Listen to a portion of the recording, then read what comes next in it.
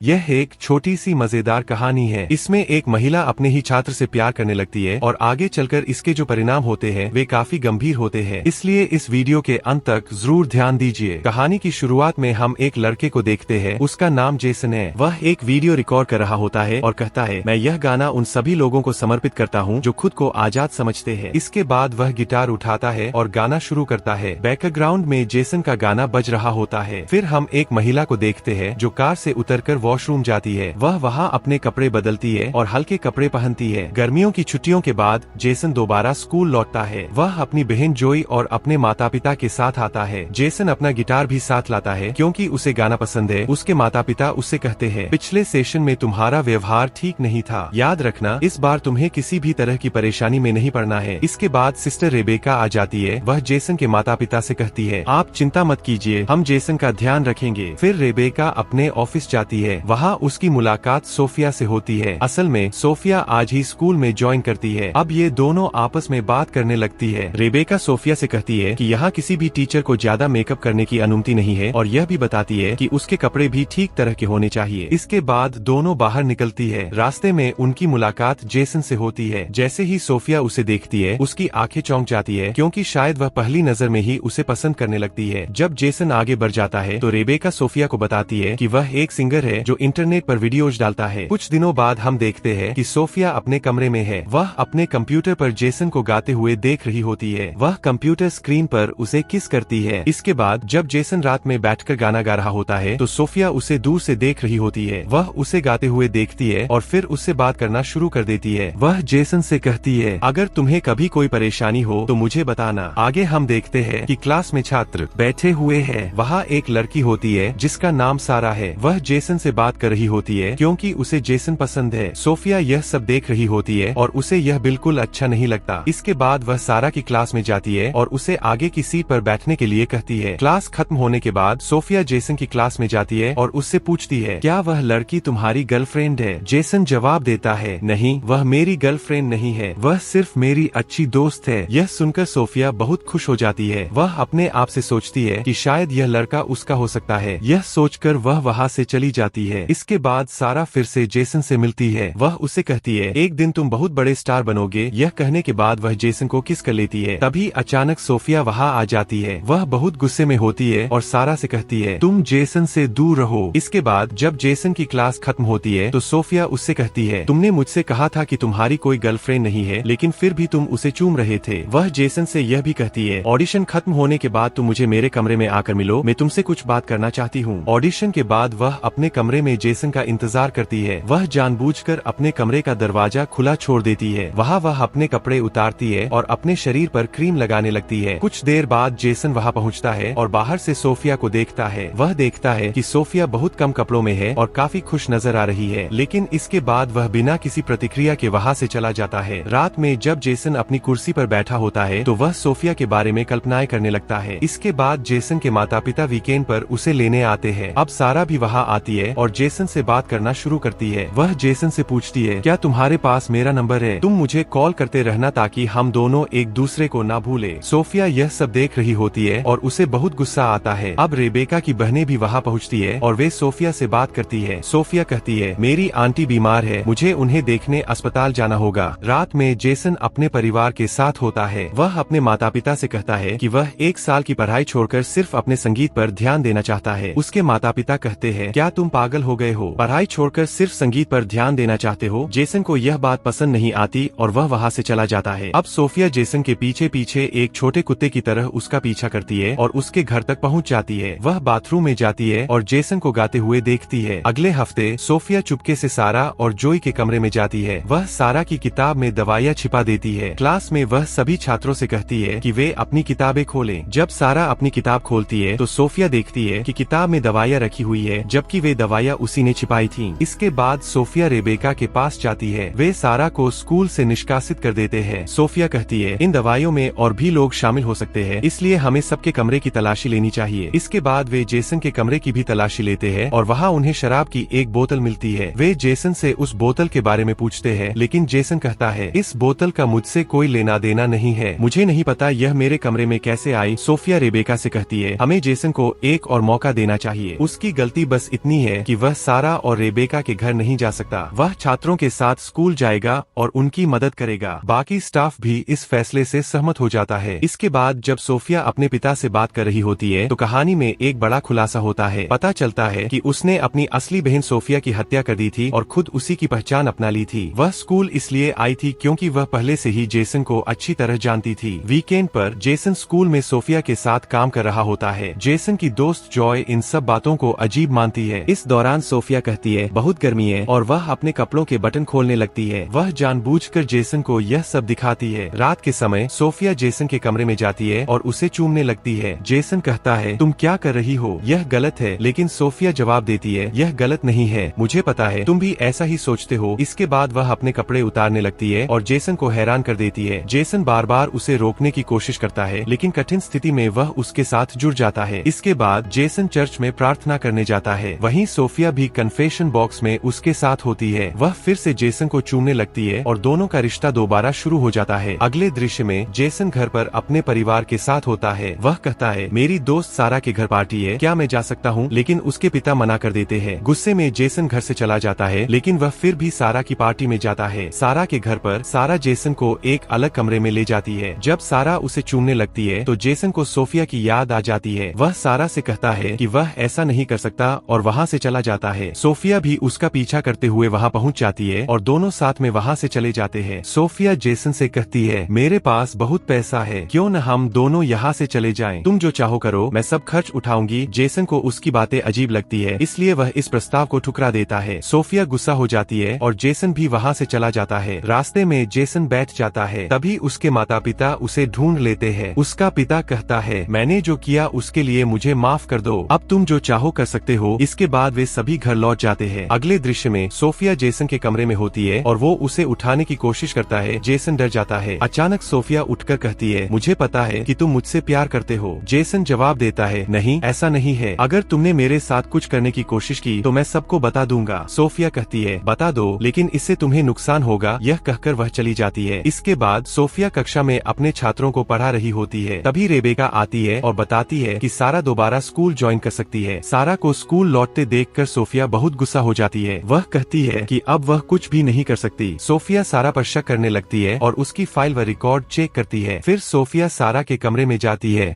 तब सारा नहाने गई होती है। जब सारा वापस कमरे में आती है तो वह सोफिया को वहाँ खड़ा देखती है। सोफिया उसका सिर पकड़ती है और उसे मार देती है। इसके बाद सारा की दोस्त उसे देखने आती है। वह देखती है कि सारा जमीन पर खून से लथपथ पड़ी हुई है। फिर वे लोग पुलिस को बुलाते हैं। पुलिस को शक होता है कि इस मामले के पीछे कोई साजिश हो सकती है, लेकिन उन लोगों को यह भी लगता है कहीं वो बाथरूम में गिर गई हो और इसी वजह से उसकी जान चली गई हो। इसके बाद सभी लोग चर्च में इकट्ठा होते हैं। यहाँ जेसन सोफिया से पूछता है क्या ये सब तुमने किया है? सोफिया जवाब देती है मैंने कुछ भी नहीं किया। इसके बाद वह जेसन को एक वीडियो दिखाती है और कहती है अगर तुम मेरा साथ नहीं दोगे तो मैं यह वीडियो सबके साथ शेयर कर दूंगी। फिर जेसन और जॉय घर लौट जाते हैं। दूसरी तरफ सोफिया रेबेका से कहती है मेरी आंटी का निधन हो गया है, मुझे उनके फ्यूनरल पर जाना जरूरी है। शाम को हम देखते हैं कि जेसन अपने परिवार के साथ डिनर करने जाता है। सोफिया भी वहाँ पहुँच जाती है और जेसन के परिवार से कहती है कि वह उनके साथ ही खाना खाएगी। यह बात जेसन और जॉय दोनों को बहुत अजीब लगती है। बाद में रेबेका की बहन अस्पताल से फोन करके सोफिया की आंटी के बारे में पूछती है। तभी उसे पता चलता है कि सोफिया झूठ बोल रही थी। दूसरी तरफ जेसन जॉय को सब कुछ सच बता देता है। वह कहता है मैं और सोफिया साथ सो चुके हैं। जॉय कहती है कि उसे शक है कि सोफिया सच में नन है या नहीं, क्योंकि नन तो ऐसा कभी नहीं करती। दोनों फैसला करते हैं कि उन्हें सोफिया को ढूंढना होगा। जेसन कहता है उसके कमरे में एक कंप्यूटर है, उससे हमें सब कुछ पता चल जाएगा। अगले दिन वे स्कूल जाते हैं। रेबेका सोफिया को अपने ऑफिस में बुलाती है। उधर जेसन और जॉय गाड़ी की मदद से सोफिया के कमरे का दरवाजा खोलते हैं और अंदर जाते हैं। इधर रेबेका सोफिया से कहती है मैंने अस्पताल फोन किया था लेकिन तुम्हारी आंटी के बारे में कुछ नहीं सुना। तुम सच बताओ, तुम आखिर छुपा क्या रही हो? अगर नहीं बताया तो मैं फादर को सब कुछ बता दूंगी। इस बीच रेबेका को शक होने लगता है अपना राज न खुल जाए, इसलिए वो रेबेका पर लैंप से हमला कर देती है। उधर जेसन और जॉय को पता चलता है कि सोफिया का असली नाम लोला है और वह कोई नन नहीं है। वे यह बात रेबेका को बताने जाते हैं लेकिन वहाँ कुछ लोग मौजूद होते हैं। है। इसके बाद जेसन और जॉय चर्च से बाहर आते हैं और देखते हैं कि सोफिया उनके पीछे आ रही है। जॉय उससे कहती है, हमें पता है कि तुम नन नहीं हो, हम सबको सच्चाई बताने वाले हैं। सोफिया जेसन से कहती है, तुमने जो भी गाने लिखे वो सब मेरे लिए थे, हम दोनों यहाँ से साथ चले जाएंगे। जेसन जवाब देता है, मैंने तुम्हारे लिए कोई गाना नहीं लिखा, मैं तुम्हें जानता तक नहीं हूँ। जॉय सोफिया से कहती है, तुम्हें दिल की बीमारी हो सकती है, तुम्हें मेरे भाई से दूर रहना चाहिए। यह सुनकर सोफिया बहुत गुस्से में आ जाती है, वह जॉय को मारने की कोशिश करती है। उसी समय रेबेका भी वहाँ पहुँच जाती है। इसके बाद सोफिया रेबेका को भी मारने की कोशिश करती है, लेकिन तभी जेसन सोफिया को मार देता है। यहीं पर सोफिया और जेसन की खतरनाक प्रेम कहानी खत्म हो जाती है। अगले दृश्य में हम देखते हैं कि जेसन और जॉय दोनों को अपनी डिग्री मिल जाती है। उनके माता पिता जॉय को एक नई कार देते हैं और जेसन को एक नया गिटार मिलता है। इसी सीन के साथ यह फिल्म खत्म हो जाती है। दोस्तों, मुझे उम्मीद है कि आपको यह कहानी समझ में आई होगी। अगर आपको यह वीडियो पसंद आया हो तो लाइक करें और चैनल को सब्सक्राइब करें।